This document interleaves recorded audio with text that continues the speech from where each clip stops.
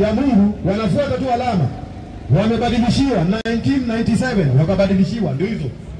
Wakaekewa. Sasa hii itakupea idea gani ya malaika watatu? Ujumbe wetu unajulikana. Kumbe walifanya maagano.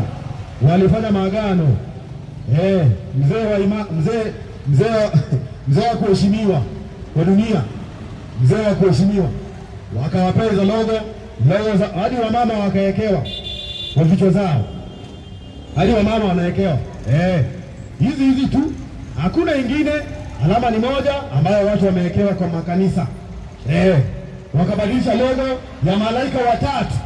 Ujumbe wa malaika watatu imebadilishwa. Kwa nini? Wameweka bana ingine.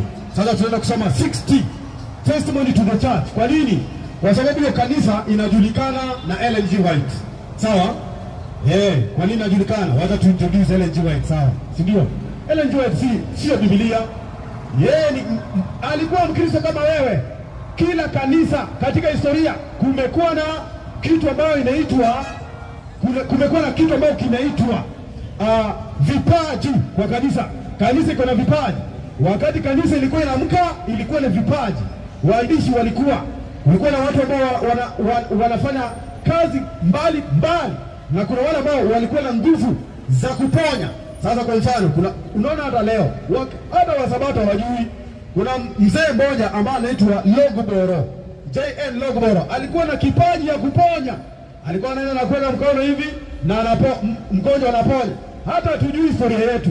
Sasa huyu sasa anaitwa Ellen G. White alikuwa ako na udhirisho ya kipaji ya maono. Sasa zikia kipaji ambayo ni kubwa kuliko vipaji yote.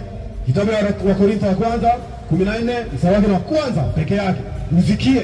Kwa nini huwa unasikia Wasabato wanasoma vitabu za dada White? Ni kwa nini? Ni kwa sababu yeye alidhihirisha. Mungu alidhihirisha na maono kupitia yeye. Kwanza ilikuwa ni yeye kwanza. Ilikuwa ni Mwafrika. Kuna Mwafrika ambaye anaitwa William Ford. Alikuwa anafaa asimame. Lakini huo wakati kulikuwa na segregation ama slavery. Mwafrika aliogopa. Mwafrika alikuwa anafaa aongoze kanisa ya siku za mwisho. Lakini aliogopa. Mwaka mzima alikuwa anasumbuana. Mpaka pia yako na vitabu. Si ati hatuna vitabu zake. Tuko na vitabu vya nabii.